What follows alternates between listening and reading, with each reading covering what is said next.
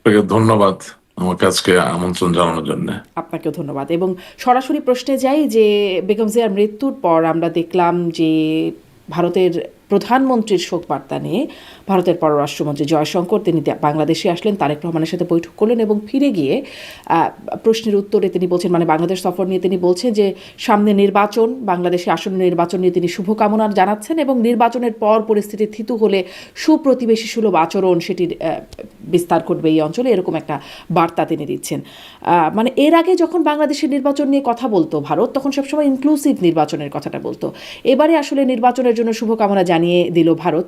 মানে ভারত কি এই বাস্তবতা বুঝতে পারছে বা মেনে নিচ্ছে যে এখন ইনক্লুসিভ নির্বাচন বা আওয়ামী লীগ সহ নির্বাচনটা হবে না, নাকি মানে আসলে কেন এমন বার্তা বলে মনে হয়? হুম, প্রথমেই খুব কঠিন প্রশ্ন। হ্যাঁ, ভারত বুঝতে পারছে যে আমাদেরকে নিয়ে নির্বাচন হবে না, এবং ভারত এটাও বুঝতে পারছে যে ডক্টর মোহাম্মদ ইউনূসের সরকার একেবারেই সফল না, কিন্তু তার ব্যর্থতার কারণে বা রাজনৈতিক আমাদের সফলতার কারণে যেই সংকটের জায়গায় আমাদের ঘুরে দাঁড়ানোর কথা, সেটা পূর্ণাঙ্গ রূপে এখনো হয় নাই। সুতরাং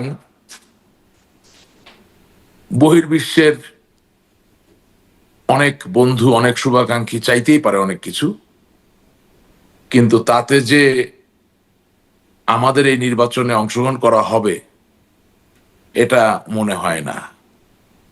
ভারত আসলে ঠিক কখন এবং বুঝলো? মানে এতদিন তো শুনে এসেছে যে ইনক্লুসিভ নির্বাচন হতে হবে, যদিও না, 24 এটা নির্বাচনের এটা আগেও তেমন আসলে কোনো যেটা কথা বলতো না। হুম। যে হ্যাঁ, এটা আসলে চরম একটা নৈরাশ্যের ব্যাপার এই কারণে যে আমি একেবারেই 5ই আগস্টের পর থেকে আপনার অনুষ্ঠানের মাধ্যমে, আপনি খেয়াল করবেন আমি খুব বেশি অনুষ্ঠানে যাই না, আপনার অনুষ্ঠানে আসি এবং মাঝে মাঝে আরেকজনের অনুষ্ঠানে যাই। এটার কারণটা হচ্ছে যে আমি যে কথাগুলো বলি কথাগুলোর ধারাবাহিকতা যাতে থাকে, মানে 10 হোস্টের 10 অনুষ্ঠানে 10 রকম কথা গেলে মানুষ রিলেট করতে পারে না। আমি প্রথম দিন থেকে যা বলছি এখন পর্যন্ত তাই বলছি। এটা একটা মারাত্মক নৈরাশ্যের জায়গা তৈরি করেছে। সেটা হচ্ছে 5ই আগস্টের আগে যা হয়েছে তা তো হয়েই গেছে, আমরা তো নাই।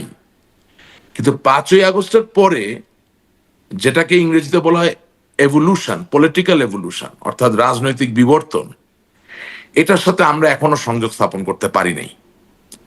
এবং ভারত বাংলাদেশের বন্ধু, অবশ্যই ভারতের সাথে আওয়ামী লীগের একটা সুনিবিড় সম্পর্ক আছে, এবং ভারতের সাথে বঙ্গবন্ধুর কন্যা জননেত্রী শেখ হাসিনার একটা সুনিবিড় সম্পর্ক আছে। কিন্তু দিনের শেষে বাস্তবতা হচ্ছে ভারত তো নিজেরটা বুঝবে। এবং যেটা হয়েছে যে বিশেষত হাদির মর্মান্তিক হত্যাকাণ্ডের পরে যেই জানাজাটি হলো, সেই জানাজার মধ্যে দিয়ে একটা জিনিস প্রকাশিত হলো যে তার কথাগুলো রেজোনেট করেছিল। অর্থাৎ একেবারে টিপিক্যাল রাজনীতিবিদ বলতে আপনি আমি যা বুঝি, যে পাঞ্জাবি পায়জামা পরে গ্রামে গঞ্জে ঘুরছে, হাত মেলাচ্ছে, ঘরে ঘরে যাচ্ছে, 2021 শতাব্দীতে সেটা not necessarily very important factor. The reason being যে নতুন প্রজন্ম বলুন অথবা প্রৌঢ় বলুন বা বৃদ্ধ বলুন, প্রত্যেকের হাতে তো একটা হাতিয়ার রয়ে গেছে যেটার নাম মোবাইল ফোন। অ্যান্ড যখন কোনো ব্যক্তি কোনো মতবাদ, কোনো দর্শন, কোনো আদর্শের কথা বলছে, সেটা যদি কোনোভাবে কোনো মানুষের মনোগ্রাহী হয়, তাহলে এটা ছড়িয়ে যেতে খুব বেশি সময় লাগে না।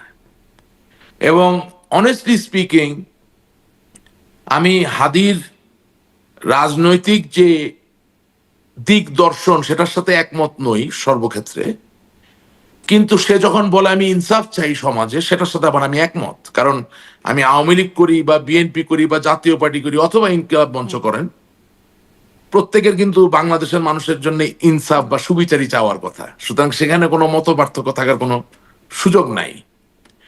এবং দেখা গেল যে ওই জানাজায় এত লক্ষ লক্ষ মানুষ হওয়ার পরে আমাকে কিন্তু ভারত থেকে কয়েকজন সাংবাদিক ফোন করে জিজ্ঞেস করেছেন যে আপনার এটা সম্বন্ধে মতামত কি, হোয়াট ইজ ইউর রিডিং। আমি তাকে বলছি এটা হচ্ছে সহজ সরল সমীকরণ। এর ফলাফল হচ্ছে যে এই মানুষগুলো ভারত বিরোধী যে সেন্টিমেন্ট তাকে প্রতিনিধিত্ব করে।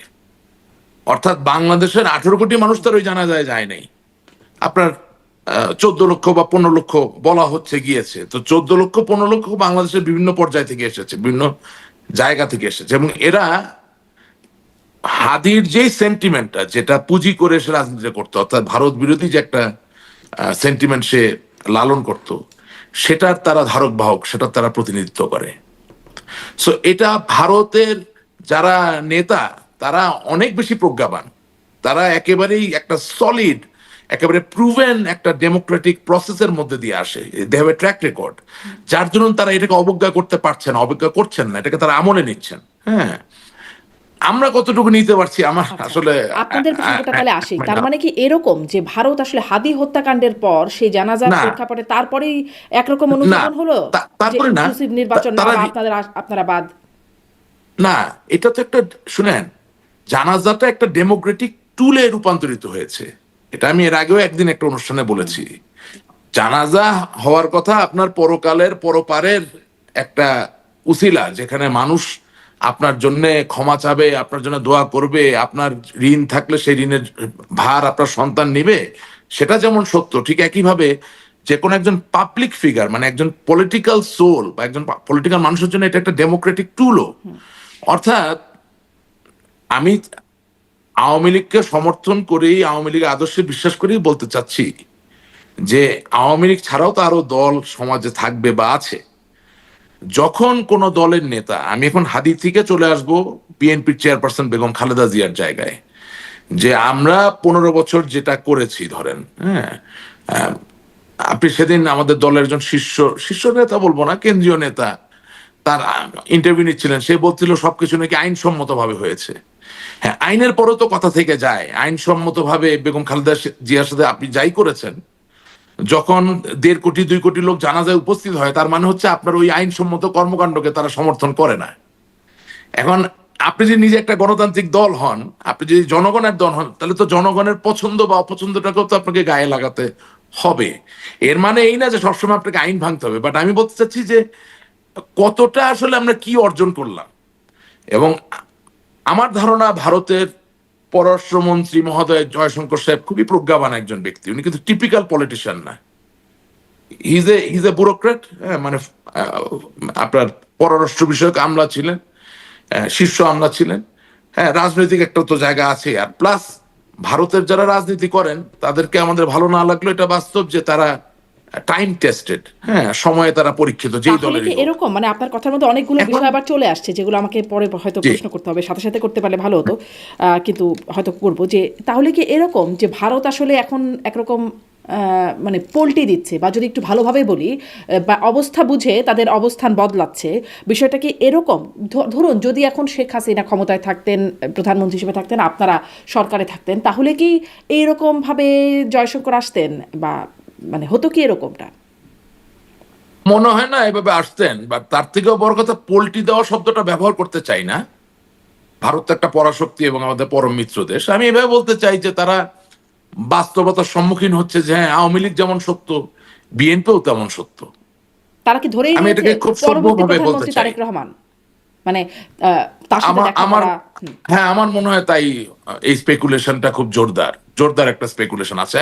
এবং আমিও যখন আহ, নির্মোহভাবে বিশ্লেষণ করি, যদি আওয়ামী লীগ নির্বাচনে অংশগ্রহণ করতে নাই পারে, যদি যেমন ধরেন আমরা বলছি না যে 2024 সালে 7ই জানুয়ারি নির্বাচন ছিল আওয়ামী লীগের জন্য আমিডামি নির্বাচন, তো এখন আওয়ামী লীগের মতো একটা বড় দলকে বাদ দিয়ে যখন আপনি একটা নির্বাচন করছেন, ওইটাও তো আরেক ধরনের আমিডামি নির্বাচন। সেটা হচ্ছে খুব উন্নত মানের নির্বাচন তা কিন্তু না। তো সেই নির্বাচনে তারেক জিয়া সাহেব প্রধানমন্ত্রী হবেন, এটা স্পেকুলেট করা যায়, খুব ক্যালকুলেটেড অ্যানালিসিস করে কিন্তু একটা জনাব রাশিদ রহমান, স্পেকুলেশন করা একটু যায়। পার্থক্য আছে কিনা? মানে নিশ্চয়ই আওয়ামী লীগকে ছাড়া নির্বাচনের একটা সমালোচনা তো প্রচণ্ড রকমের থাকতেই পারে, কিন্তু 24-এ যে আমিডামি নির্বাচন, সেখানে আসলে বিরোধী কোনো দলই ছিল না।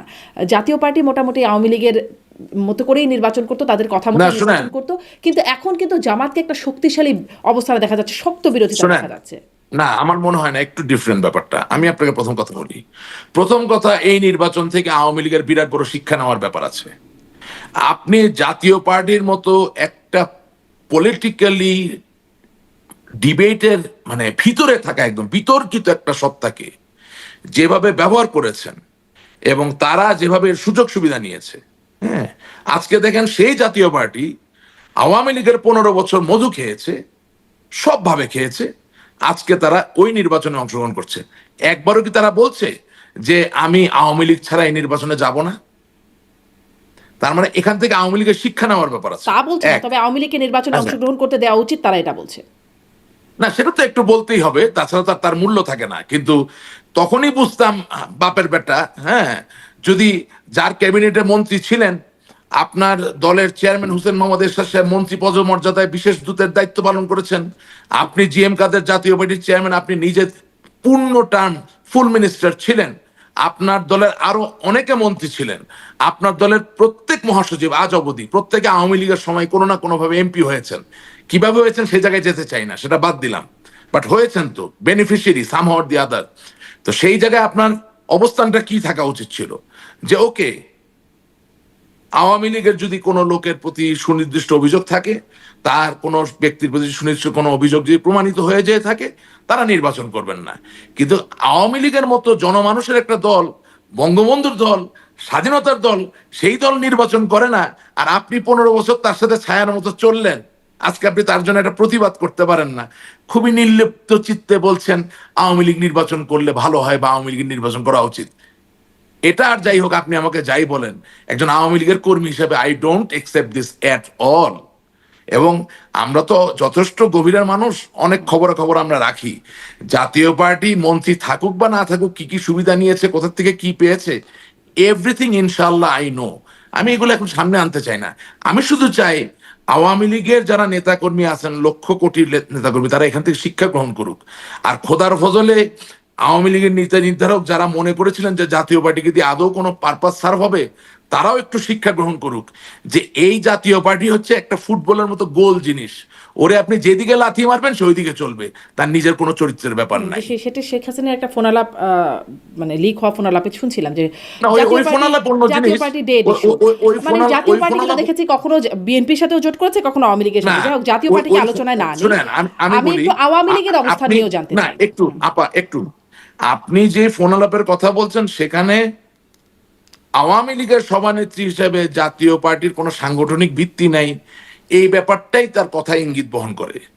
কিন্তু জাতীয় পার্টি যে এইভাবে, ওই যে শব্দটা ব্যবহার করলেন পোল্টি, এখন পোল্টি শব্দটা ব্যবহার করবেন, এভাবে যে পোল্টি দিতে পারে, এটা তো আর শেখ হাসিনা বুঝতে পারেন নাই। বুঝতে পারবেন না, কেন বুঝতে পারবেন না? উনি তো মানে না, জাতীয় পার্টি এখন তো বিএনপির সাথেও গেছে, জাতীয় না, পার্টি জোট শোনেন, করেছে। জি, এখন বুঝতে পারছেন, আচ্ছা তখন বুঝতে পারেন নাই। আচ্ছা আচ্ছা, এবার এই পোলটিটাকে আওয়ামী লীগও দিল কিনা, মানে যখন দেখছি যে বেগম জিয়ার মৃত্যুর পরে যে শোক বার্তা শেখ হাসিনা, আওয়ামী লীগ সভানেত্রী এবং তার পুত্র সজীব অজয় জয়ের কাছ থেকেও আসছে, এবং মানে তখন আসলে সামনে ওই বিষয়গুলো সব এখন ভাইরালও করা হচ্ছে, মানে সব বক্তব্যগুলোকে একসাথে করে যে কিভাবে তার অসুস্থতা বা তার মরণাপন্ন অবস্থা নিয়ে একরকম তাচ্ছিল্যই করা হতো, যে মরি করে বয়স তো 80 হয়েছে, এখন তার জন্য এত কান্নাকাটি করে কী লাভ, এরকম বক্তব্য আরও অনেক কিছু আসলে এখন খুব গণমাধ্যমে, মানে সামাজিক যোগাযোগ মাধ্যমে বিশেষ করে খুব চলছে। এটাও কি একরকম মানে অবস্থানের পরিবর্তন, যদি ভালোভাবে বলি, আর নেতিবাচকভাবে বললে? না না, অবশ্যই না, অবশ্যই না। কোন জাতীয় নেতার মৃত্যুতে আরেকজন জাতীয় নেতার শোক জানাবেন, এখানে ওই আপনি যে শব্দ ব্যবহার করার চেষ্টা করছেন বা যা খুঁজে পাওয়ার চেষ্টা করছেন, এটা খুঁজে পাওয়ার কোনো সুযোগ নাই। বরঞ্চ আমি মনে করি যদি উনি বেগম খালেদা জিয়ার প্রতি শোক জানান এবং সেখানে যদি সংহতির কিছু খুঁজে পান, বা সেখানে ঐক্যের জন্য যদি এতটুকু ছিটাফুটা খুঁজে পাওয়া যায় যে ঠিক আছে, কিছু কিছু ঘটনা কিছু কিছু ক্ষেত্রে মানুষ কাছাকাছি আসতে পারে, সেটা কাছাকাছি আসতে দেওয়াই উচিত। কারণ আর যাই হোক, আজকে তো বলতে দ্বিধার কিছু নাই, আওয়ামী লীগ বঙ্গবন্ধুর দল, স্বাধীনতার দল, তাই না? ঠিক একইভাবে মেজর জেনারেল জিয়াউর রহমান বিএনপির প্রতিষ্ঠাতা, তিনি তো বীরুত্তম ছিলেন, বঙ্গবন্ধু তাকে বীরুত্তম দিয়েছেন এবং তিনি স্বাধীনতা যুদ্ধ করেছেন। হ্যাঁ, এটা বাস্তব। এবং এটাও সত্য যে বিএনপিতে লোক হাজার হাজার মুক্তিযোদ্ধারা আছেন সক্রিয়ভাবে, সুতরাং তারা তো মুক্তিযুদ্ধকে অস্বীকার করেন না। জামাত ইসলামী যেভাবে মুক্তিযুদ্ধকে অস্বীকার করছেন, যেভাবে ইতিহাসটাকে বিকৃত করে ফেলার চেষ্টা করছেন, যেহেতু বিএনপি সেটা করেন না, আমি তো মনে করি যে মানুষের মৃত্যু অবধারিত সত্য, কুল্লু নাফসিন জায়গাতুল মৌত, প্রত্যেকটি জীবিত প্রাণের মৃত্যুর আশ্বাস গ্রহণ করতে হবে, এই যখন সত্য, সেই জায়গা থেকে আল্লাহ তাআলার এই যে পরম সত্য, এর মধ্যে দিয়েও যদি ভালো কিছু আসে, সেটা হতে দেওয়া উচিত আমাদের। সেটাকে সন্দেহের জায়গায় নেওয়াটা ঠিক হবে না। কারণ আমি যদি আপনাকে উল্টা প্রশ্ন করি যে আমার নেতৃত্বে একদিন মৃত্যুবরণ করবেন, তিনি মৃত্যুবরণ করলে কি জনাব তারেক জিয়া শোক জানাবেন না? আমি বিশ্বাস করি জানাবেন। আপনি কি মনে করেন না যে বেগম খালেদা জিয়া মৃত্যুবরণ করার আগে যদি আল্লাহ তাকে হায়াত দারাজ করুক, উনি যদি মারা যেতেন, তাহলে তার জন্য কি বেগম খালেদা জিয়া শোক জানাতেন না? জানাতেন। সুতরাং সবকিছুকে নিয়ে রাজনীতির ছাঁচে ফেলার কোনো প্রয়োজন আছে বলে আমি জানি না, প্রয়োজন আছে বলে আমার মনে হয় না। আর তার থেকে বড় কথা কি, এখন তো ভাইরালের যুগ।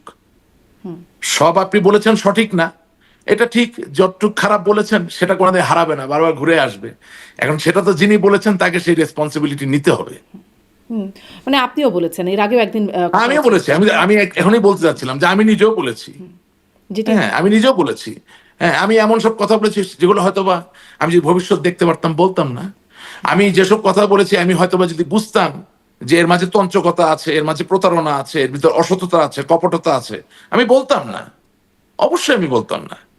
মানে আমি শুধু এর মধ্যে আপনাকে তঞ্চকতা, কপটতা আছে, অসততা আছে, কেন বুঝবেন না সেটা? সেটি শোনেন, ওই দিনের শেষে আমি খুবই সুবিচারে বিশ্বাসী একজন মানুষ, এবং আমি কঠিন ভাবে থমাস জেফারসন একটা কথা বিশ্বাস করি যে অন্যের উপরে অন্যায় সংগঠিত হলে ওটাকে যদি আমি আমার নিজের উপরে সংগঠিত হয়েছে বলে মনে না করি, তাহলে আমার পক্ষে এই সমাজ কোনোদিন ঠিক করা সম্ভব নয়। আপনার এই অনুষ্ঠানে আমি বহুদিন বলেছি, যুদ্ধ অপরাধ, সন্ত্রাস, জঙ্গিবাদের কথা বলে গত 15 বছরের আওয়ামী লীগের শাসন আমলে যেভাবে লক্ষ লক্ষ মানুষের নামে মামলা হয়েছে, সেই মামলা নিষ্পত্তি না করে তাদেরকে 17 বছর 15 বছর ধরে ঝুলিয়ে রাখা হয়েছে। সুতরাং আমি যদি জানতাম যে এটাই হবে, যে আমার দলের আইন কৌশলী যারা, ওনারা আমাকে ক্ষমা করবেন কিন্তু সত্য আমাকে বলতে হবে, যে তারা জামিন বাণিজ্য করবেন, তারা মামলা বাণিজ্য করবেন, তারা শুনেন, একটা গাড়িতে আগুন দিতে কি 300 লোক লাগে? আপনি 300 লোক দিয়ে মামলা করছেন কেন? আজকে এখন আপনার নামে 300 লোক দিয়ে মামলা হচ্ছে, আমার নামে যতগুলা মামলা, প্রত্যেক জায়গায় 300 জন 400 জন করে আসামি। আমরা দেখিয়ে দিয়েছি কাজ হচ্ছে। তো ঘটনা হচ্ছে যে অনেক ব্যাপারে অনেক কথা হয়তো আমি বলতাম যদি আমি বুঝতে পারতাম যে তখন সেখানে ফ্যাক্ট এটা ছিল, যখন আপনি বলছিলেন তখন কিন্তু ইতিমধ্যে এই ফ্যাক্টগুলো চলছিল যে না, 300 জনের নামে মামলা, এই ফ্যাক্টগুলা, হ্যাঁ এই ফ্যাক্টগুলা যেমন ছিল, এখন আপনাকে দায়িত্ব নিয়ে বলছি যে আমার যে ইউটিউব চ্যানেল আছে রাশেক রহমান নামে, সেখানে 2500-এর মতো আমার টক শো এবং লাইভ বক্তৃতা সব রাখা আছে, ওখানে গিয়ে দেখবেন। আমি এই কথা বারবার বলছিলাম যে আইনমন্ত্রী আনিসুল হক সাহেবের উচিত বাংলাদেশের 64 জেলার প্রধান সরকারি আইন কৌশলী যারা আছেন তাদেরকে ডেকে বলা যে আমাকে হাল নাগাদ করে হিসাব দাও যে কয়টা মামলার বিচার কার্য সম্পন্ন হয়েছে, কয়টার জামিন বাতিল হয়েছে বা কয়টার জামিন এখনো আছে। এই চাপটা দিলে কি হতো, আজকে যেসব লোকরা প্রতিশোধ নিচ্ছে আমাদের উপরে, তাদের একটা বিরাট বড় অংশই প্রতিশোধ নিত না। এটাই বাস্তবতা, এটাই রিয়ালিটি।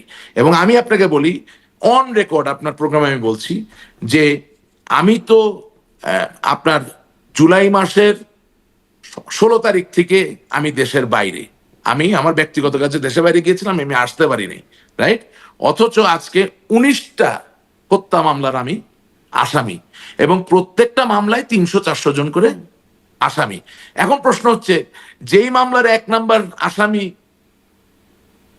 সাবেক প্রধানমন্ত্রী বঙ্গবন্ধু কন্যা জননেত্রী শেখ হাসিনা, সেই মামলার আমি কিভাবে 5 নাম্বার আসামি হই বা 6 নাম্বার আসামি হই? বাংলাদেশের প্রধানমন্ত্রী যদি হত্যা করার নির্দেশ সত্যি দেয়, তাহলে সেখানে আর কোনো রাশেকের জায়গা আছে, আর প্রয়োজন আছে বলেন? তো এইসব কপটতা, প্রতারণা, বাটপারি বলেন, যাই বলেন, চলছে, মামলা বাণিজ্য চলছে।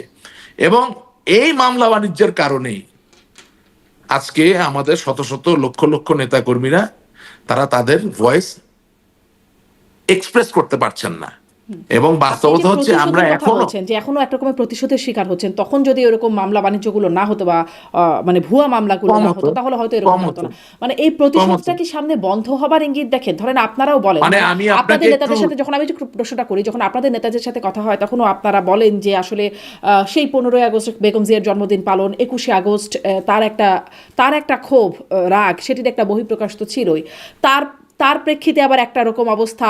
এখন যখন তারেক রহমানকে না দেখা যাচ্ছে, তারেক রহমানের না বক্তব্যের মধ্যে সবাই বলছেন একটা পরিমিতি বোধ দেখা যাচ্ছে। ধরুন তিনি যখন জানাজায় কথা বলছেন, ওই 2 লাইন মায়ের জন্য সন্তান হিসেবে তিনি ক্ষমা চাইছেন বা ঋণ থাকলে খুব সাধারণভাবে সন্তান হিসেবে যা বলেন, মানে তার বক্তব্য থেকে সামনে কি আচ্ছা মনে হচ্ছে যে একটা এই প্রতিশোধের জায়গা থেকে একটু সরে আসার মতো অবস্থান তৈরি হচ্ছে? আচ্ছা, আমি আপনাকে এই জিনিসটা একটু ভেঙে বলতে চাই এখন। হ্যাঁ, বেগম খালেদা জিয়া 15 আগস্টে কেক কাটেন, অবশ্যই এটা আমি সমর্থন করি না, অবশ্যই আমি এটা সমর্থন করি না। কিন্তু বেগম খালেদা জিয়া 15 আগস্টে সমর্থন করে বলে ঠাকুরগাঁয়ে রহমত নামে কোন বিএনপির সমর্থককে আপনি মামলা দিবেন, সেটা কি আপনি মেনে নিবেন? সেটা কি করা যায়? নিশ্চয়ই না। 21 আগস্ট গ্রেনেড হামলা অবশ্যই আমি মানি না। এটা বঙ্গবন্ধু কন্যা জননেত্রী শেখ হাসিনাকে হত্যা করার চেষ্টাই তো, কোনো সন্দেহ নেই এই বিষয়ে। এই ধরনের গ্রেনেড হামলা বাংলাদেশ কোনো পৃথিবীর কোথাও এরকম গ্রেনেড হামলা শোনা যায়নি। স্নাইপার এবং গ্রেনেড দুটা মিলিয়ে, রাইট?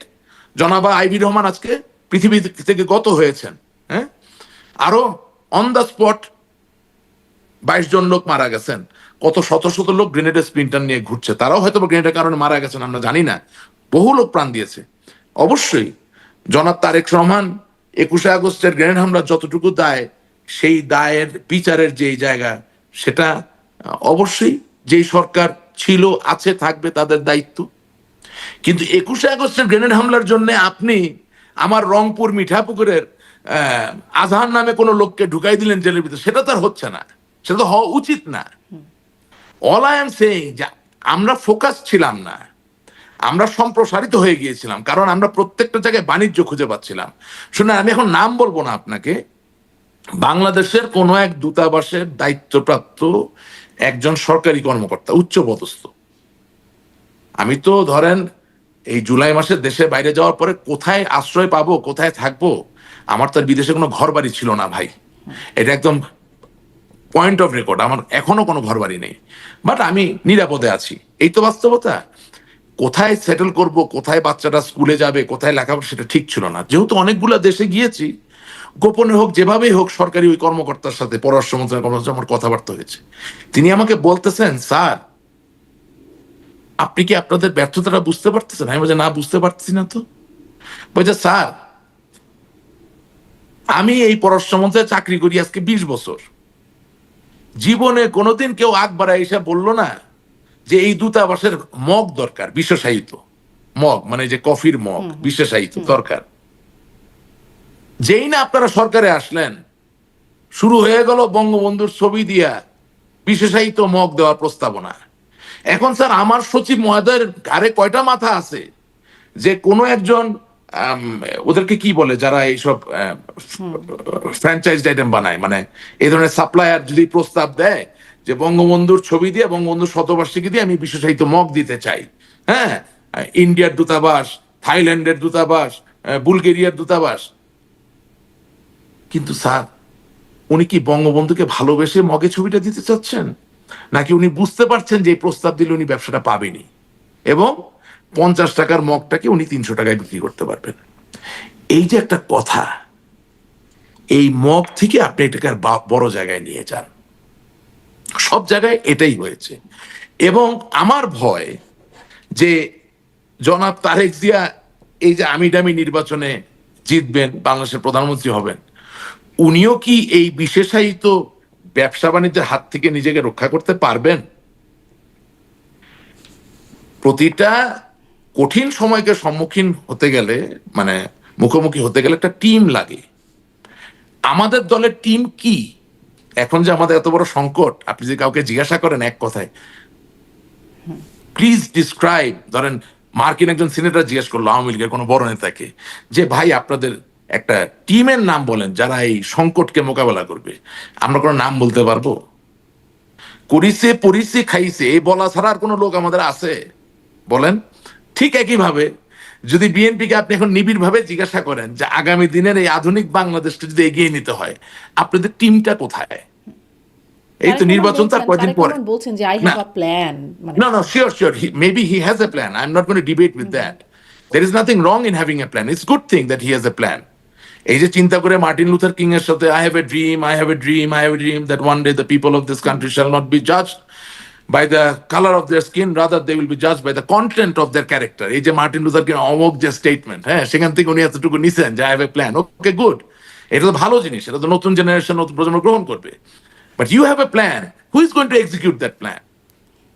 বিকজ অর্থনীতিতে পড়ানো হয়, when you have a plan there is a lag, LAG for plan, there is a lag for execution, there is a lag for organization.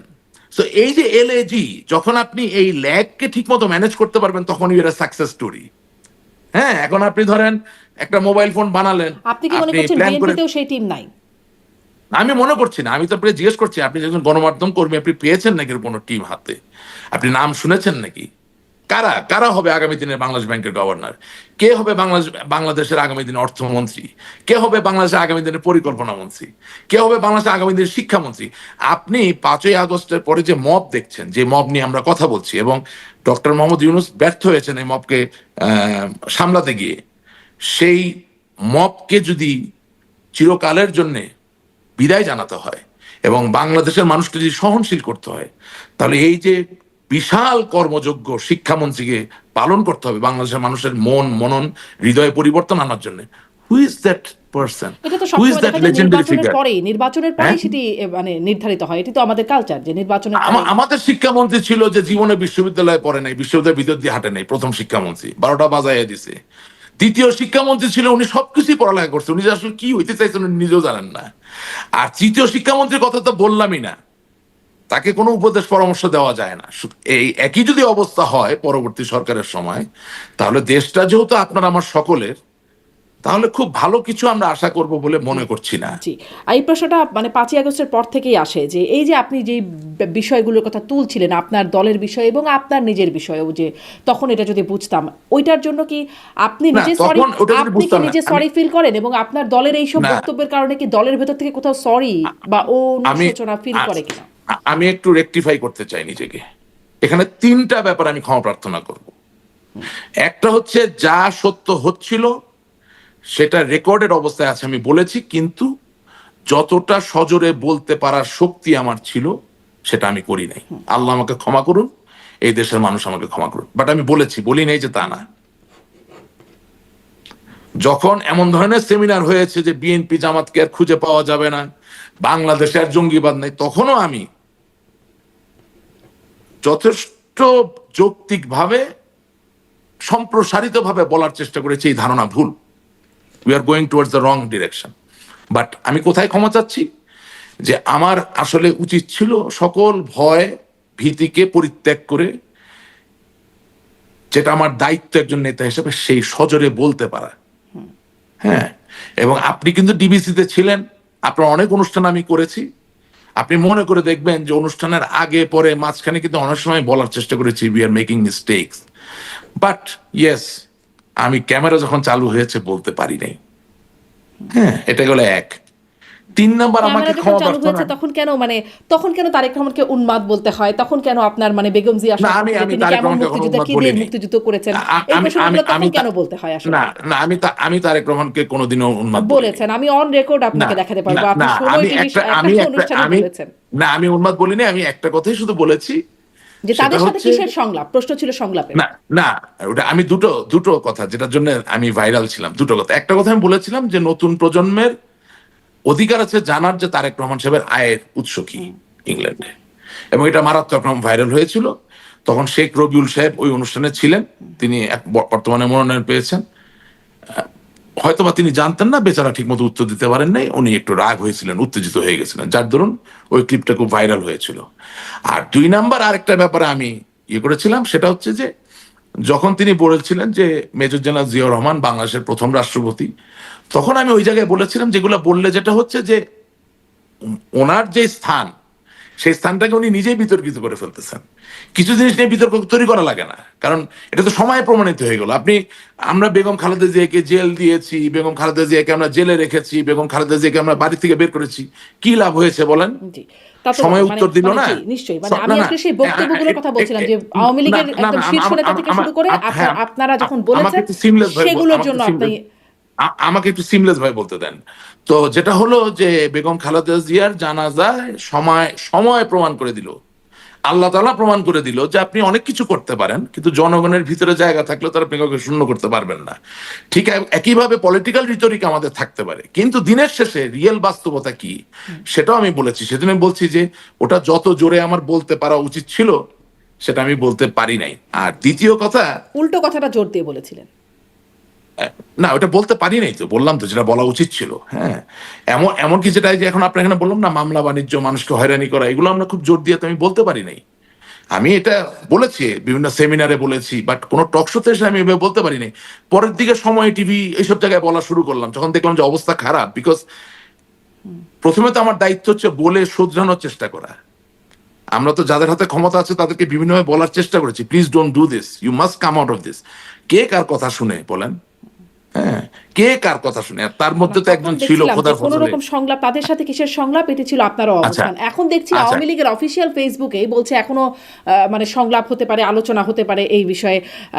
মানে এখন কি একটা রিয়েলাইজেশন আপনাদের মধ্যে কোথাও থেকে হ্যাঁ, আসছে? এখন তো আওয়ামী লীগের, তাই কি এখন এখন আওয়ামী লীগের এই পেজ নিয়ে খুব বেশি কথা বলি না, কারণ এই আওয়ামী লীগ কখনো আহ, মরহুম বেগম খালেদা জিয়ার উপদেষ্টা ছিলেন, বীর মুক্তিযোদ্ধা ফজলুর রহমান সাহেবের বক্তৃতাও চালায়।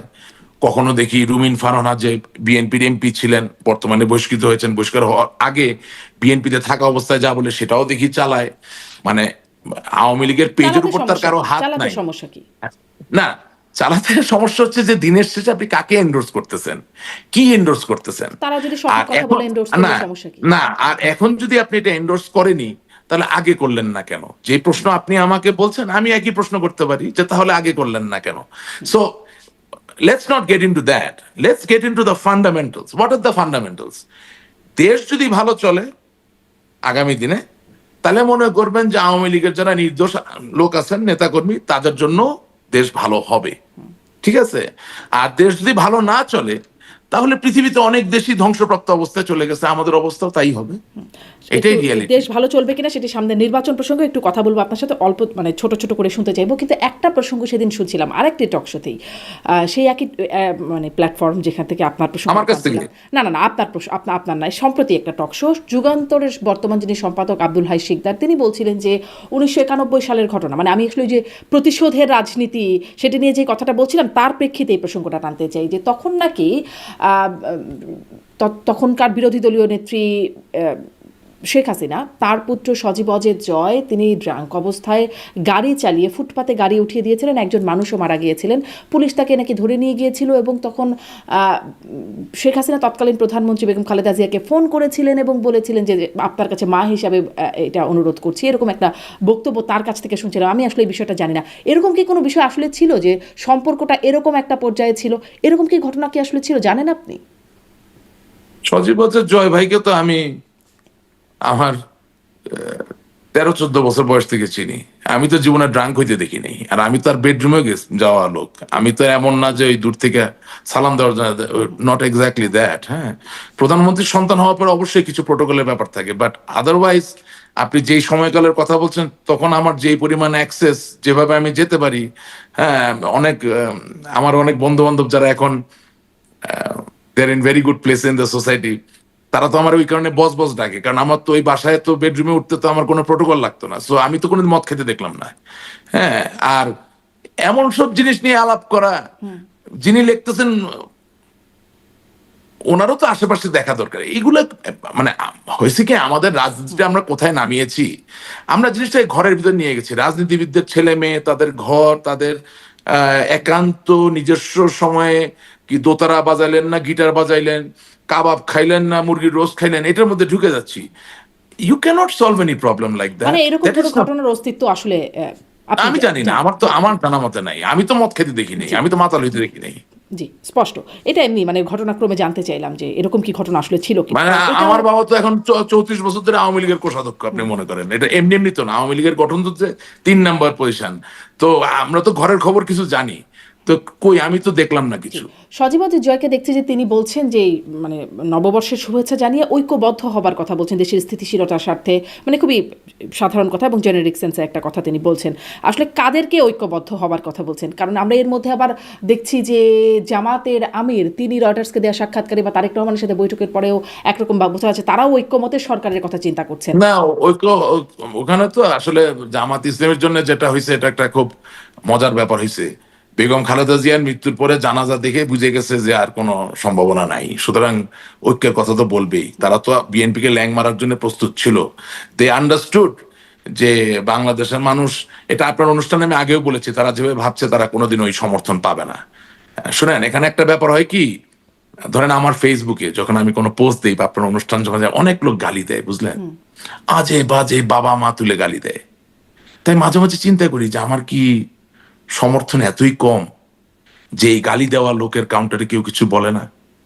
তা আমি আমার যারা শুভানুদ্দি তাদেরকে জিজ্ঞাসা করি, বলে যে না ভাই, ভদ্রলোক গালি দেওয়ার উত্তর দেয় না, দেখে, আপনাকে সমর্থন করে, পছন্দ করে, ভালোবাসে, লাইক দেয়, হার্ট দেয়, কেয়ার সাইন দেয়, কিন্তু ওই গালির উত্তর দিবে না। তো কথা হচ্ছে যে জামাত ইসলামী একটা ক্লোজ নিট দল, এখানে যারা করেন তারা এত বেশি কমিটেড যে তাদের আওয়াজটা আসলে সাধারণ মানুষের থেকে একটু বেশি। জামাতের কোনো ভোটার কিন্তু সাধারণ কোনো মানুষ না, জামাতের প্রত্যেকটা ভোটার জামাতের কর্মী। এবং এই যে বেগম খালেদা জিয়ার যে জানাজা হলো, এর মধ্য দিয়ে জামাত ইসলামী ক্লিয়ার সিগন্যাল পেয়ে গেছে, nothing is going to happen. কয়েকটা সিট পাবে, বেশি কিছু না, not more than that. You take my word from, জি আই ক্যান অ্যাসিওর ইউ। জি, নির্বাচনের পরেও নিশ্চয়ই এই বিষয়ে কথা বলার যদি সুযোগ হয়। নির্বাচনের পরেও মিলবে, আগেও মিলবে, বলে দিলাম। আচ্ছা। আপনার এখানে যত কথা বলে গেছি নির্বাচনটা, প্রত্যেকটা হ্যাঁ, কথা মিলছে। রেকর্ডেড থাকে যে নির্বাচনটা ঠিক মতো হবে বলে মনে হচ্ছে এখনকার পরিস্থিতিতে। 100% আপনাকে বলছি, তফসিল হবে, নির্বাচন হবে, সব হবে। আচ্ছা আচ্ছা, এবং নির্বাচন নির্বাচনে ঠিক এবার মতো হবে কিনা, হ্যাঁ, ওয়েট, নির্বাচন ঠিক মতো হবে কিনা, সহিংসতা হবে কিনা, খুনাখুনি হবে কিনা, এটা আমি প্রেডিক্ট করতে পারি না, এটা আমি করতে চাই না, বাট নির্বাচন হয়ে যাবে, আচ্ছা। এটা আমি আপনাকে বলে এবং দিলাম। সেই নির্বাচনে দেখছিলাম মানে আওয়ামী লীগের পক্ষ থেকে সাবেক প্রধানমন্ত্রী আওয়ামী লীগ সভানেত্রী শেখ হাসিনার পক্ষ থেকে বলা হচ্ছে নির্বাচনের বর্জনের আহ্বান জানানো হচ্ছে। দলীয় নির্দেশনায় নাকি তিনি এই এই বিষয়ে বলেছেন যে নির্বাচন আওয়ামী লীগের ভোটারদের সমর্থকদের নির্বাচন বর্জনের আহ্বান জানাচ্ছেন। আপনার কাছে নেতাকর্মীদের তো বটেই, মানে এই আহ্বানে কেমন সাড়া মিলবে বলে মনে হচ্ছে? কারণ আমি যেটা দেখছি যে বিএনপির লোকেরা বা জামাতের যারা প্রার্থী হয়েছেন তারা আওয়ামী লীগের ভোটারদেরকে টানার একটা বেশ প্রচেষ্টা তাদের মধ্যে আছে। এই প্রচেষ্টার মধ্যে আসলে নির্বাচন বর্জনের যে আহ্বান সেটি আসলে কতটা কার্যকর হবে? আচ্ছা, এই প্রশ্নের উত্তরের দুটো ভাগ আছে, আমাকে সিমলেস ভাবে বলতে দিবেন। হ্যাঁ, প্রথম কথা, একেবারে আওয়ামী লীগের একজন কর্মী হিসেবে বলতে চাই যে জননেত্রী শেখ হাসিনা স্বাভাবিকভাবে যেই নির্বাচনে আওয়ামী লীগ অংশগ্রহণ করতে পারবে না, অন্যায়ভাবে সেই নির্বাচনে তার নেতাকর্মীকে ভোট দেওয়া থেকে বিরত থাকা বা বর্জন করার আহ্বান জানাবেন, পয়েন্ট ব্ল্যাঙ্ক, এখানে কোনো ডিবেট নাই। এবং এটাই সঠিক, এটাই তো তিনি বলবেন। দ্বিতীয়, আমাকে যে বিশ্লেষণের জায়গায় আসতে হয় তাহলে বলতে হয় যে we are too late, we are already too late. The reason being, আমি মাঠের যে পালস বুঝি, যেসব নেতাকর্মীরা কোনো টিভিতে আসে না, টক শোতে আসে না, যাদের জায়গা টেলিগ্রামে হয় না, বা যাদের জায়গা ধরেন হোয়াটসঅ্যাপের ওই আয়োজন করা বৈঠকগুলোতে হয় না, বা যাদের সাথে ধরেন দূরালাপনির মাধ্যমে মানে যেটা চলে আর কি, হ্যাঁ, এগুলো হয় না, তারা দে হ্যাভ অলরেডি ডিসাইডেড কাকে ভোট দিবে। দ্য রিজন বিং যে তাদেরকে তো বাঁচতে হবে। যেমন ধরেন, আল্লাহ ওনাকে জান্নাতবাসী করুক, লাল মিয়া গাছুয়া নামে আমার একজন প্রবীণ আওয়ামী লীগের আছেন, তিনি মারা গেছেন, বহুদিন আগে মারা গেছেন, এই জন্য উদাহরণটা নিয়ে বলছি। ওনার বাড়ি 16 নম্বর মির্জাপুর ইউনিয়নের গাছুয়াপাড়া নামে একটা গ্রামে। আগের দিনে তাদের টাইটেল ছিল গাছুয়া, এই জন্য গ্রামটার নাম Gachhuapara. Big built man, very courageous, খুব শক্তিশালী, সাহসী, মানে আমরা জান প্রাণ দিয়ে ভালোবাসতো। উনি আজকে দুনিয়ায় নেই, আল্লাহ তাকে জান্নাতবাসী করুন। এখন তার এলাকার বাস্তবতা কি? তার এলাকার বাস্তবতা হচ্ছে গাছুয়াপাড়ায় যে 80-90টা ঘর, তার ভিতরে 95% ঘর হচ্ছে জামাত ইসলামী। এখন ধরেন এই গাছুয়াপাড়ায় যদি উনি আজকে জীবিত থাকতেন তাহলে ওনার নামে অবশ্যই একটা মামলা হতো, এবং সেই মামলা থেকে যদি বেঁচে থাকতে হয়, ভালো থাকতে হয়, তাহলে তাকে তো গ্রামের বাকি লোকের সাথে সমীকরণ মিলিয়েই থাকতে হইতো। উনি কিন্তু কারো নির্দেশনার জন্য বসে থাকতেন না। সুতরাং এই বাস্তবতা টেকনাফ থেকে তেতুলিয়া, বাংলার প্রতিটা ঘরে ঘরে বাস্তব। আমার এক মেম্বার সাহেব আছে 6বার মেম্বার হয়েছে নির্বাচিত। 6বার এমপি হওয়ার থেকে 6বার মেম্বার হওয়া অনেক কঠিন কাজ। এটা অনেক বড় নেতারা বুঝতে চায় না। 6বার মেম্বার হওয়া নিরবিচ্ছিন্ন ভাবে 6বার এমপি হওয়ার থেকে অনেক কঠিন কাজ। এই মেম্বার সাহেব আওয়ামী লীগ করেন, আওয়ামী লীগের নেতা, কিন্তু বাড়িটা হইল ঠিক জামাত ইসলামী গ্রামের মাঝখানে। ওনার তো ওনার পূর্বপুরুষদেরও শক্তি নাই ওনাকে দিয়া এখন এই দলের নির্দেশনা মতো ভোটটা দেওয়ানো। কারণ সকালবেলা উঠে ওনাকে বলবে কি তাহলে ভাই কি এই দলের যাবেন নির্দেশনা না? বাস্তবায়ন হবে না মনে করেন? দেরি দেরি হয়ে গেছে, এটা আগে হইলে হইতো। কারণ আমরা একটু কনফিউজড, আমাদের তো অবস্থানটা কনফিউজ। যেমন ধরেন আমার 19টা মামলা, হ্যাঁ, আমার 19টা মামলার ভিতরে একটা মামলার বাদী জামাত ইসলামী, বাকি 18টা মামলার বাকি 18টা মামলার বাদী হচ্ছে বিএনপি। ঠিক আছে, 19টাই মিথ্যা মামলা। এখন আমি যখন আন্দোলনের ডাক দিচ্ছি, মানে নেত্রীর কথা শুনে যখন আমার ছেলেপেলেকে বলি যে যাও আন্দোলন করো, চেষ্টা করো, তখন তো আমরা আন্দোলন করছি ইউনূস সাহেবের বিরুদ্ধে। কিন্তু আমার বিরুদ্ধে বা আমার কোনো নেতা কর্মীর বিরুদ্ধে তো ইউনূস সাহেব একটা মামলা দেয়নি, মানে রাষ্ট্রের যে মামলা দেওয়ার ব্যাপার সেটা দেয় নাই। এটা কি হচ্ছে, যখন বিএনপি বা জামাতের দেওয়া মামলায় যখন আমরা গ্রেপ্তার হচ্ছি, সেই গ্রেপ্তার হওয়ার পরে যাতে আমরা জামিনে বেরিয়ে না আসতে পারি, সেই ক্ষেত্রে ওই থানার যে ওসি বা ওই জেলার যে এসপি তারা অতি উৎসাহী হয়ে কোনো একটা সিগন্যালে সরকারকে বাদী করে একটা এডিশনাল মামলা দিচ্ছে। কিন্তু আপনি যে সংখ্যায় গোনেন, তাহলে 100-র মধ্যে 98টা মামলার বাদী হচ্ছে বেসরকারি ব্যক্তি, সেই 98-99 ভাগ বাদী হচ্ছে বিএনপি, 1 ভাগ হচ্ছে জামাত ইসলামী, আর টোটাল সেট এ সেটার 1% হচ্ছে সরকার বাদী হয়ে মামলা দিচ্ছে। তো আমাদের যে আন্দোলন করার যে চেষ্টা, সেটার ফোকাসটা ভুল ছিল। এই জন্য আপনার অনুষ্ঠানে বোধহয় না, আরেকজন অনুষ্ঠানে আমি বলেছিলাম যে বিএনপি যখন ক্ষমতায় চলে আসবে তখন এই মামলা নিয়ে আপনি কার সাথে ইয়ে করবেন, সংগ্রাম করবেন। কারণ এতদিন তো আপনি সংগ্রাম করছেন ইউনূস সাহেবের এগেনস্টে, কিন্তু দেখা যাচ্ছে কোনো মামলাই ইউনূস সাহেব দেয় নেই। তাহলে এখন নতুন করে শত্রুটা তখন কে হবে? সো কিছু কিছু ভুল হয়েছে, কিছু কিছু সমন্বয়হীনতা আছে, এটার জন্য আমাকে চরম মূল্য দিতে হইতে পারে। কিন্তু আমার পক্ষে তো আর স্বাধীনতা বিরোধী কোনো দল কোনোদিন করা সম্ভব না, স্বাধীনতায় বিশ্বাস করি। সুতরাং যেটা সত্য সেটা তো আমাকে বলতে হবে। আমি এই জন্য বলছি, আশা করি আমাকে শাস্তি দিয়ে হইলেও যদি ওনারা সঠিক সিদ্ধান্ত নেন, তাহলে লক্ষ কোটি আওয়ামী লীগের নেতা কর্মীদের ভালো হবে। হলাম না হয় বলির শিকার, অসুবিধা কোথায়? না, আপনি কি বলির শিকার হবার আশঙ্কা করছেন? মানে বলির হ্যাঁ, শিকার মানে কি অবশ্যই বহিষ্কার? এরকম কিছু? অবশ্যই স্বীকার করছি, মনে আশঙ্কা করি, এবং করলেও কোনো অসুবিধা নেই। এটা কারণ হচ্ছে যে ওই যে যখন থেকে আপনার অনুষ্ঠানে আমি সত্য কথা বলছি, আমি দেখছি যে আমার দলেরই কিছু লোকজন একটু বেয়াদবি করার চেষ্টা করে, যারা হয়তো বা সামনে কথা বলারও, সামনে পড়লেও কথা বলতে পারবে না, সোজা করে দিব, কিন্তু ওই দূর থেকে বুঝেন না, সোশ্যাল মিডিয়া পাইছে তো একটু বেয়াদবি করার চেষ্টা করে। সেটা তো ওইসব নেতাদের ইঙ্গিতেই করে যারা ধরেন মনে করে যে আমার দ্বারা তাদের ক্ষতি হতে পারে সত্য কথা বলার কারণে। কারণ গত পরশুদিন আওয়ামী লীগেরই খুব উঁচু পর্যায়ের একজন নেতা আমাকে ফোন করলেন এবং ফোন করে বললেন যে তুমি কাইন্ডলি 10 জন গ্রহণযোগ্য শিক্ষিত স্মার্ট ছেলে বা মেয়ের নাম প্রস্তাব করো যারা আওয়ামী লীগের ন্যারেটিভটাকে নার্চার করতে পারে। হ্যাঁ, তাই আমি বললাম ঠিক, আমি বললাম যে আমি জিনিসটা বুঝতে পারি না। বলে না, যাদের নামে মামলা নাই কিন্তু একটা সময় গিয়ে তারা হয়তো আমাদেরকে সাপোর্ট করতে পারে, কারণ আমাদের তো ভালো নতুন প্রজন্মের ছেলে মেয়েও দরকার। তাই আমি বললাম যে ওদেরকে আমরা কোন লিডারশিপ দেখাবো, মানে কাকে দেখে তারা কাজ করবে। মানে আমি তো কোনো একটা ইয়াং ছেলেকে যদি বলি যে ভাইয়া আসো একসাথে কাজ করি, সে বলবে যে কে নেতা, আপনি না অন্য কেউ?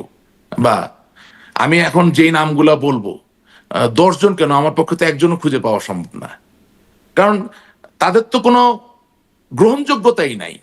নতুন যে জেনারেশনটা তৈরি হয়ে গেছে, যেটা আপনাকে আমি বলতে চাচ্ছি যে 5ই আগস্টের পরে পলিটিক্সের যে দিক প্রবাহের পরিবর্তন হয়েছে, বক্তৃতা দেওয়ার ভঙ্গি পরিবর্তিত হয়েছে, তর্ক বিতর্কের ভঙ্গিতে পরিবর্তন চলে এসেছে, বিতর্কের যে কন্টেন্ট, তথ্য উপাত্ত, সেখানে অনেক বেশি সমারোহ এসেছে এবং সেটাকে মোকাবেলা করতে হবে অনেক বেশি বুদ্ধিদীপ্তভাবে।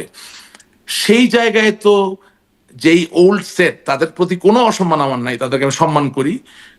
তারা আমার সিনিয়র, চিরকালই তারা আমার সম্মানের জায়গায় থাকবেন, কিন্তু সক্ষমতার কথাটা তো চিন্তা করতে হবে। হ্যাঁ, সক্ষমতার কথা তাহলে যদি ওই যে চিন্তা আপনি করেন বলছিলেন যে তাহলে আওয়ামী লীগের টিম নাই, তাহলে টিম রেডি করার একটা কাজ কি হচ্ছে? এই যে নতুন ছেলে মেয়েদের খোঁজা হচ্ছে। ফেল করবে, এটা হবে না, এটা এভাবে খুঁজে কেউ আসবে না। আপনি, আমি এখন নাম, আমি আর আপনার অনুষ্ঠানে আর কোনোদিন নাম তুলবো না, কারণ আমার আমার মুরব্বীরাও আমাকে বলছেন যে যে যেমন কাজ করবে তাকে তার ফল ভোগ করতে হবে। I don't want to mention any names, but like honestly speaking somebody, মানে আমি আপনাকে এইভাবে বলি, আমার একটা ছোট ভাই ছিল, হ্যাঁ, আছে এখনো ছোট ভাই, সে, তার ডাক নাম হচ্ছে সাথী, পুরো নাম বলবো না। সে বলতেছে যে ভাই, ছাত্রলীগের কোনো মেধাবী ছেলে কি কোনোদিন কোনো নেতাকে তেল মারার জন্য ঘন্টার পর ঘন্টা এভাবে নাভির নিচে হাত দিয়ে দাঁড়ায় থাকে আর এরকম আধা সালাম দেয়, সালাম আলাইকুম ভাই, সালাম। মানে বলছে আমরা তো মেধাবী ছেলে মেয়ে চিনি নাই, মেধাবী ছেলেমেয়েরা তো আর ঘন্টার পর ঘন্টা দাঁড়িয়ে আপনার কোনো বড় নেতাকে প্রোটোকল দিবে না। তার মানে এই যে চেঞ্জ, এই সিমিলার থিং, একজন young person he'll come to serve the purpose of Awami League, he or she will come up with a new idea to protect, project, and disseminate a narrative that will be acceptable to the general people of this country. If he or she thinks that he has to go and give protocol, or he has to pay heed to a person who is not even intellectually anywhere near to him or her, the entire proposition becomes futile. এটা তো তখন it doesn't work anymore. আপনি মনে করেন এই যে I have a plan বা I have a dream, এগুলো যুগ থেকে যুগান্তরে কাজ করে কেন? বা ডিজিটাল বাংলাদেশ, বঙ্গবন্ধু কন্যা জননেত্রী শেখ হাসিনা 2008 সালে কেন কাজ করেছে? Because you have to come up with something যেটা ওই সময়কার নতুন প্রজন্মকে তাড়িত করবে এবং তার মনের বা হৃদয়ের জায়গাটাকে আপনি দখল করে ফেলতে পারবেন। ওই যে বললাম না, করেছি খাইছি গিয়েছি, এটা থাকতে পারে গ্রাম বাংলা, এটা অস্বীকার করার কিছু না, এটা পার্ট এন্ড মানে পার্সেল আমাদের মানে যেটি সংস্কৃতি। তখন ছিল আওয়ামী লীগের, কিন্তু এটি এখন আপনি অ্যাবসেন্স দেখতে পাচ্ছেন, এটির উপস্থিতি আপনি না দেখতে না না পাচ্ছেন। না, কেন? আপনি আপনি আপনি বঙ্গবন্ধুর নেতৃত্বকে হিসাবে নেন, উনি যখন প্যান্ট শার্ট পরতো, wow what a smart man. উনি যখন প্রিন্স কোট পরতো, wow what a good looking man. আবার মুজিব কোট পরতো, আরে বাপরে বাপ, সিংহ। আবার ইংরেজি যখন বলতো, হ্যাঁ ইংরেজির উচ্চারণ না, কিন্তু ভুল ইংরেজি না তো, পারফেক্ট পারফেক্ট ইংরেজি। বাংলা যখন বলতো, বাংলায় তো ভুল নাই। আপনি সৈয়দ নজরুল ইসলাম সাহেবের স্বাধীনতা যুদ্ধের সময় তার ইংরেজি ইন্টারভিউগুলো শুনেন, একটা গ্রামাটিক্যাল ভুল নাই। তাজউদ্দিন সাহেবের একটা গ্রামাটিক্যাল ভুল নাই, কিন্তু তারা ইংরেজের সন্তান না, তারা বাঙালিরই সন্তান, বাঙালির উচ্চারণে কথা বলেছে। আবার এমএজি ওসমানী, ওনার ইন্টারভিউ শুনেন, চোস্ত ইংরেজি। তো কথা হচ্ছে কি যে you have to have content in you, আপনার ভিতরে মেটেরিয়াল থাকতে হবে। এটা না থাকলে তো আপনি কতদিন এরকম গায়ের জোরে অন্যের এন্ডোর্সমেন্টে নেতৃত্ব চালানোর চেষ্টা করবেন? এবং তার থেকেও বড় কথা, এই যে নির্বাচন চলাকালীন সময় যে নির্দেশনাগুলো যাচ্ছে, এগুলো যাদেরকে দিয়ে দেওয়া হচ্ছে তাদের হাতে তো নেতা কর্মীদের টাকা, তাদের কথায় তো কোনো নির্দেশনা প্রতিপালিত হবে না আসলে। তাহলে সামারি করলে কি এরকম যে আপনাদের অনেক দেরি হয়ে গেছে এবং এবং যারা আসলে আহ্বান জানাচ্ছেন সেই নেতাদের প্রতি আসলে সেই আস্থা বিশ্বাস সেই জায়গাটা আসলে নাই? আচ্ছা, নাম না বলে বলি, স্বেচ্ছাসেবক লীগের বড় নেতা আমার এলাকার, 1996 সালের 15 ফেব্রুয়ারির বেগম খালেদা জিয়ার যেই প্রহসনমূলক নির্বাচনের যে প্রয়াস, এই ছেলে নিজে দৌড়ায় দৌড়ায় ককটেল মেরে, বোম মেরে ওই নির্বাচন বন্ধ করছে।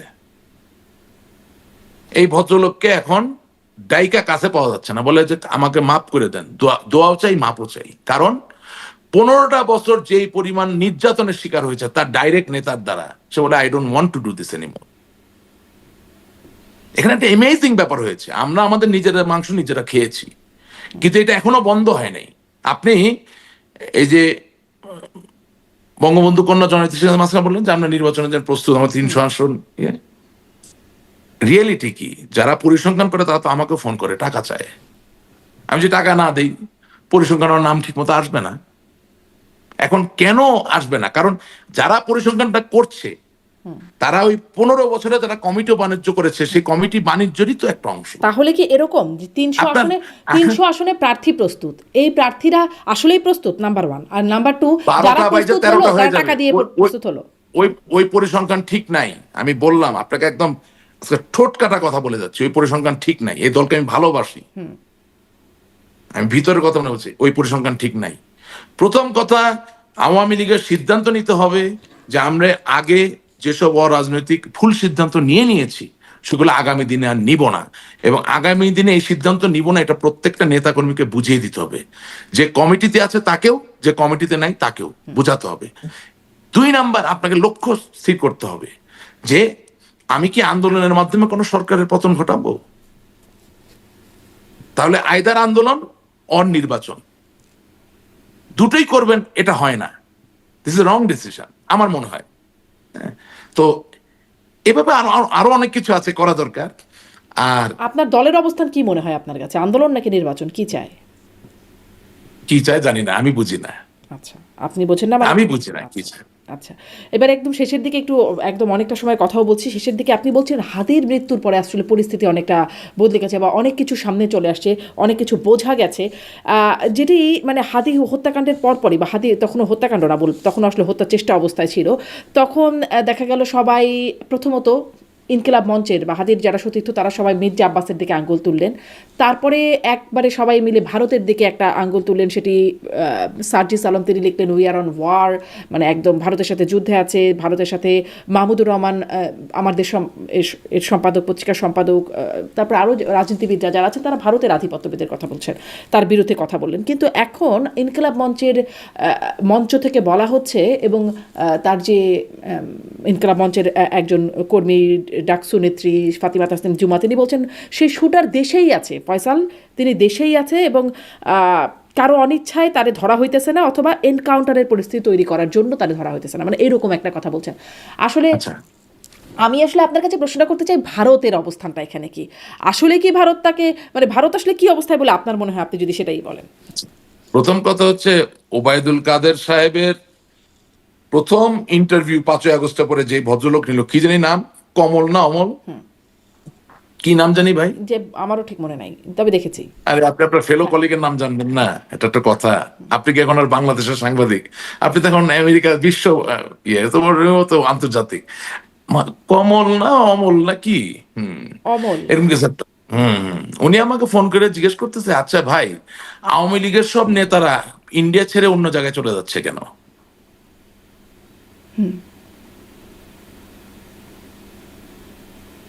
একটা হচ্ছে যে হয়তো বা অন্য কোথাও বেশি সুবিধা পাচ্ছে, আরেকটা হচ্ছে যে হয়তো এখানে কোনো সুবিধা পাবে না।